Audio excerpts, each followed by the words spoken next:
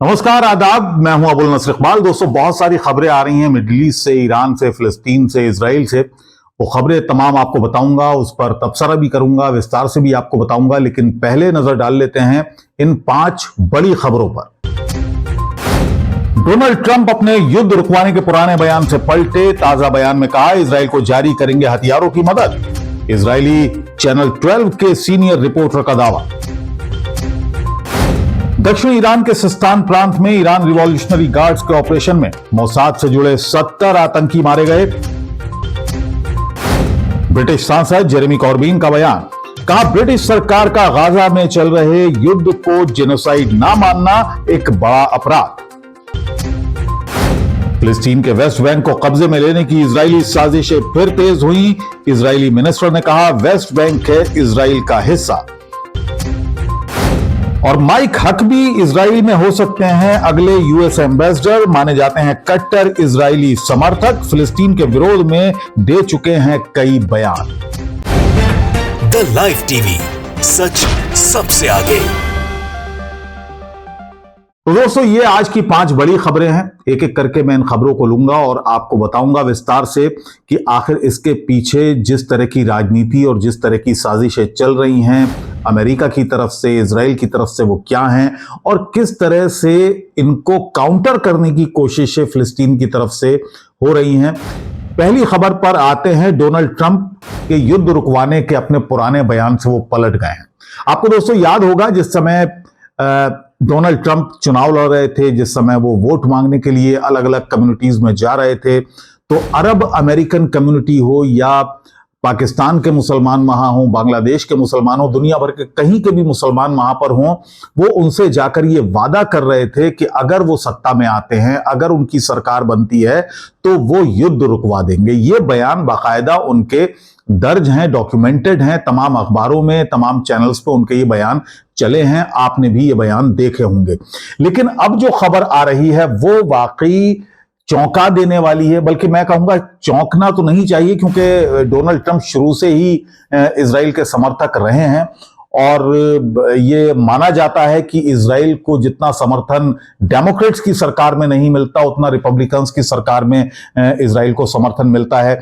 ये भी सब जानते हैं कि जो बाइडेन के साथ रिश्ते तल्ख हो गए थे युद्ध के साल खत्म होते होते नेतन्याहू के साथ, ये भी सब जानते हैं। तो ऐसे में शुरुआत में जिस तरह के बयान आए, तो उन बयानों पे यकीन किया गया डोनाल्ड ट्रंप के कि शायद डोनाल्ड ट्रंप कुछ ऐसा कर लें जिससे नेतन्याहू को वो झुकाने पर कामयाब हो जाए। लेकिन उसके बिल्कुल उलट अब उनका बयान आया है। और उनका जो ये बयान आया है वो इजरायली चैनल 12 के एक सीनियर रिपोर्टर है, उसकी तरफ से ये बयान आया है। उसने अपने एक्स पर भी ये डाला है, जिसमें डोनाल्ड ट्रंप ने कहा है कि जो हथियारों की सप्लाई बीच में रोक दी गई थी अमेरिकी प्रशासन, अमेरिकी सरकार द्वारा, जो इजराइल को होने थे, जिसमें बड़े डेडली वेपन्स थे और बहुत सोफिस्टिकेटेड वेपन्स थे, उनकी सप्लाई अब वो जारी कर देंगे। यानी जैसे ही जनवरी में वो सत्ता संभालेंगे, वो फौरन इजराइल को वो सप्लाई जो रुकी हुई थी हथियारों की,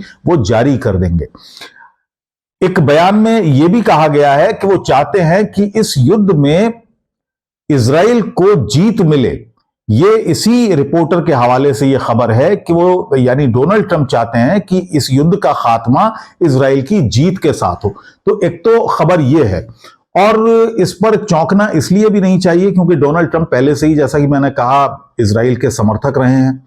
और एक और इसी से जुड़ी खबर जो मैंने आपको इस हेडलाइन में भी ली है, माइक हकबी के बारे में। माइक हकबी जो कि अभी तक गवर्नर हैं एक स्टेट के यूएस में, और बड़े समर्थक माने जाते हैं इजराइल के। और पिछले 20 साल की अगर बात करें तो पहली बार ऐसा हो रहा है 2008 के बाद कि कोई गैर यहूदी यहां एम्बेसडर बनाकर भेजा जाएगा, अगर माइक हकबी जाते हैं तो वहां पर।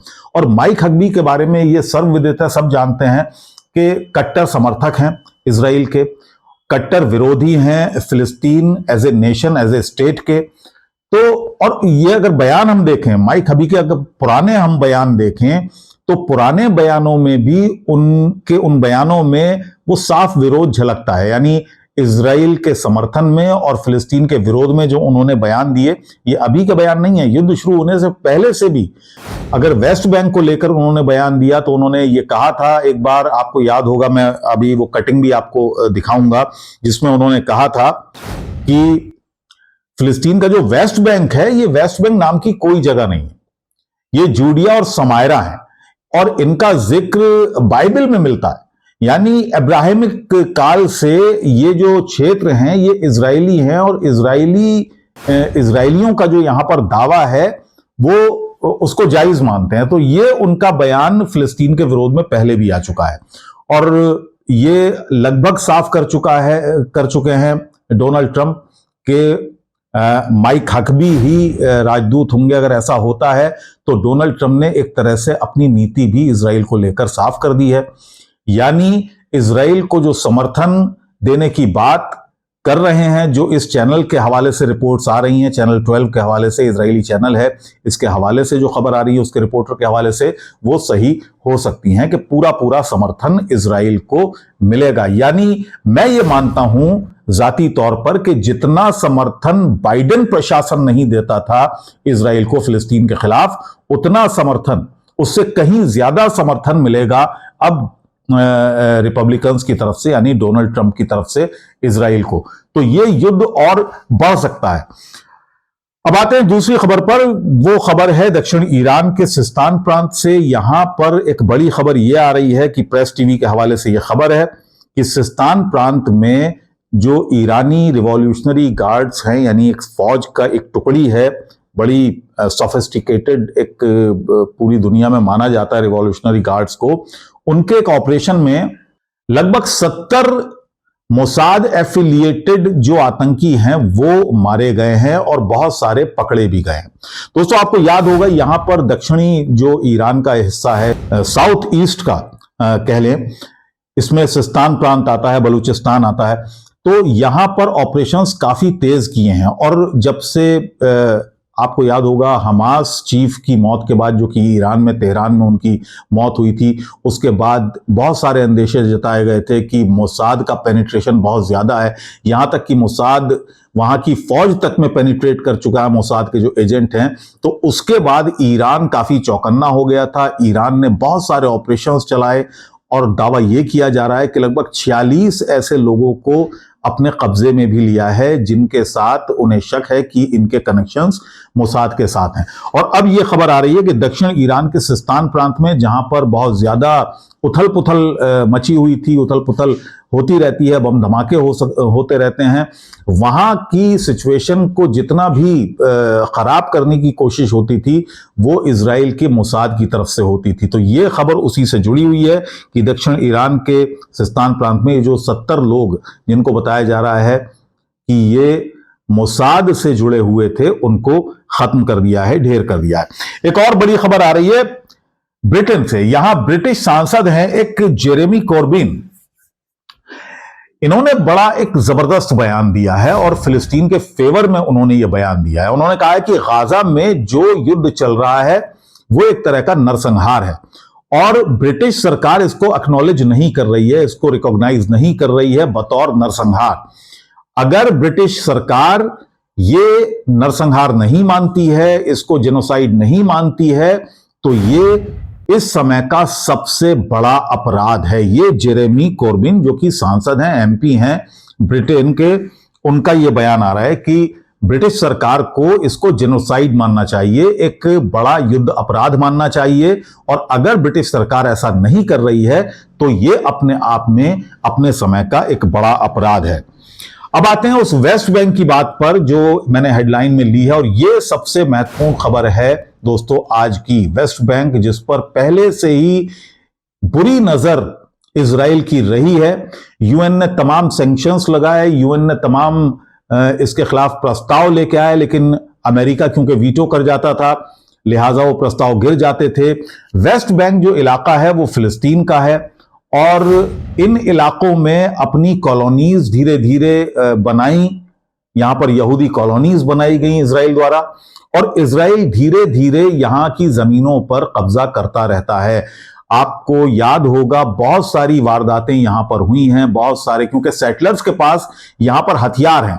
इजराइल ने इन सेटलर्स उनको कहते हैं जो लोग यहां पर इन यहूदी बस्तियों में रहते हैं, और एक प्लान के तहत इस पूरे वेस्ट बैंक में एक कैद खाना बना दिया है फिलिस्तीनियों के लिए, क्योंकि इतनी यहां पर चौकियां हैं, इतने ज्यादा यहां पर पाबंदियां हैं कि फिलिस्तीनी अगर थोड़ा भी अपने घर से बाहर निकलते हैं तो उनको 4 या 5 चौकियों से गुजरकर अपने जो रोजमर्रा के काम हैं वो करने पड़ते हैं। तो इस तरह से इतना मुश्किल यहां पर फिलिस्तीनियों के लिए जीना यहां पर इजराइल ने कर दिया है। अपनी बस्तियां यहां पर बनाई, और ये बस्तियां काफी समय से बन रही थी, और दावा, हालांकि यूएन ने इन बस्तियों को इलीगल बताया।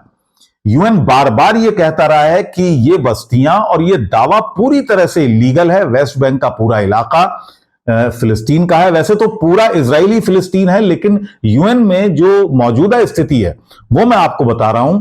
वो यूएन की जो स्थिति है वो ये है कि यूएन लगातार इन बस्तियों को अवैध बताता रहा है, और इजराइल का जो ये दावा है उसको भी अवैध बताता रहा है, उसको वो कभी नहीं मानता है। लेकिन यूएन के इन दावों को, इन प्रस्तावों को धज्जियां उड़ाता रहता है इजराइल, और उसकी सबसे बड़ी वजह है कि अमेरिका की शय है।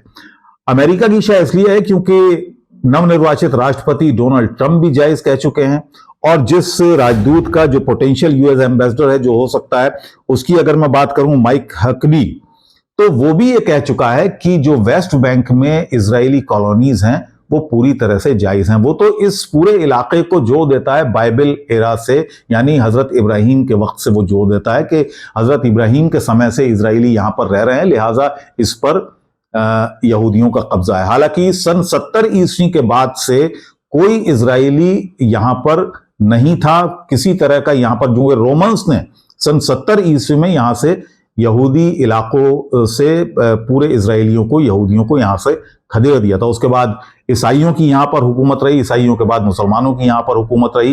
तो उसके बाद फिर सन 48 में जिस तरह से पूरी दुनिया से यहूदी यहां पर आकर बसने लगे, वो पहले वीडियो में मैंने आपको पूरी कहानी सुनाई थी, किस तरह से यहां पर एक देश बना इजराइल। तो उसके बाद से ये दावा और ज्यादा करने लगे, हालांकि यूएन ने इन दावों को कभी नहीं माना। तो एक बार फिर, और फिलिस्तीनी जो मिनिस्टर हैं, यानी पूरी सरकार अब इस कवायद में लग गई है कि वेस्ट बैंक के पूरे इलाके को इजरायली इलाका घोषित कर दिया जाए, और इजराइल जो एक देश है, जो मुल्क है, उसके अंदर ले लिया जाए। अभी तक इन इलाकों को इजरायली कब्जे वाला इलाका कहा जाता है, लेकिन अब ये कोशिशें और तेज हो गई हैं, ये षड्यंत्र और तेज हो गए हैं। इस युद्ध का फायदा उठाते हुए ये कहा जा रहा है, और ये भी कहा जा रहा है कि अमेरिका की पूरी बैकिंग इसमें इजराइल को है कि इजराइल वेस्ट बैंक को पूरा कब्जे में ले ले। दोस्तों, कुछ और छोटी छोटी खबरें हैं जो आपको मैं शेयर कर दूं इसी बुलेटिन में, और वो ये हैं कि जो अल-मनार की ये रिपोर्ट है, जहां पर जंग चल रही है अल शामा में, जो लेबनान का इलाका है, वहां पर एक मरकावा टैंक को नेस्तो नाबूद कर दिया है लेबनानी फोर्सेस ने। भाई, अब कुछ और भी खबरें आपको बता देता हूं। आईडीएफ काफी परेशान है, क्योंकि आईडीएफ कई मोर्चों पर लड़ रहा है, लेबनान में लड़ रहा है, इधर हमास से, फिलिस्तीन में, गाजा में लड़ रहा है। तो यहां पर उसके फौजी काफी एग्जॉस्टेड हैं, और जो कैजुअलिटीज हो रही हैं उसके बारे में कहा जा रहा है कि ये बताई नहीं जा रही हैं, लिहाजा फौज में लोगों की कमी हो रही है। और इसको देखते हुए अब जो वहां पे हरेदिम्स हैं, हरेदिम कहा जाता है, वहां पर जो रिलीजियस लोग हैं, जो रिलीजियस स्टूडेंट्स हैं, उनको भी अब फौज में भर्ती करने की कवायद शुरू हो गई है। उसके लिए रास्ते तलाशे जा रहे हैं। पहले से भी इस बात की मांग उठती रही है कि हरेदिम्स को भी वहां पर फौज में लड़ने के लिए आमादा किया जाना चाहिए, क्योंकि इजराइल में यह कानून है कि हर व्यक्ति को फौज में शामिल होना है। लेकिन हरेदिम्स जो वहां पे रिलीजियस स्टूडेंट्स हैं, रिलीजियस सेक्ट है, उनको इससे एग्जम्प्ट किया गया था कि वो अपनी मर्जी से आना चाहें तो आ सकते हैं, लेकिन उनको कोई फोर्स नहीं कर सकता है। तो अब उनके लिए रास्ते तलाशे जा रहे हैं कि वो जो छूट है उसको खत्म किया जाए, और हरेदिम्स को भी आईडीएफ में अपनी सर्विसेज देने के लिए लाया जाए। तो एक खबर यह है, और इससे जाहिर हो रहा है कि आईडीएफ में अब मैन पावर की कितनी कमी है। कि 7,000 लोगों का टारगेट रखा है कि 7,000 हरिदिम्स को लाया जाए और उनको फौज की सर्विसेज में शामिल कराया जाए। एक और खबर मैं आपको बता दूं दोस्तों, वो खबर है लेबनान के शामा शहर से, शामा इलाके से, जहां पर जबरदस्त लड़ाई चल रही है। और यहां पर खबर यह है कि एक जो मरकावा टैंक है, बड़ा सोफिस्टिकेटेड टैंक है, इसको मार गिराया है और आईडीएफ वहां पर आगे जाने की कोशिश कर रहा था और इसी दौरान मरकावा टैंक को नेस्तो नाबूद यहां पर कर दिया है, जो वहां पर रेजिस्टेंस ग्रुप हैं जो लेबनान में रोके हुए हैं आईडीएफ के ऑपरेशंस को। तो दोस्तों, इस फिलहाल वीडियो में इतना ही। कल आपसे फिर मुलाकात होगी उस वक्त की ताजा खबरों के साथ। तब तक के लिए मुझे इजाजत दीजिए। नमस्कार, आदाब, सलाम। द लाइव टीवी, सच सबसे आगे।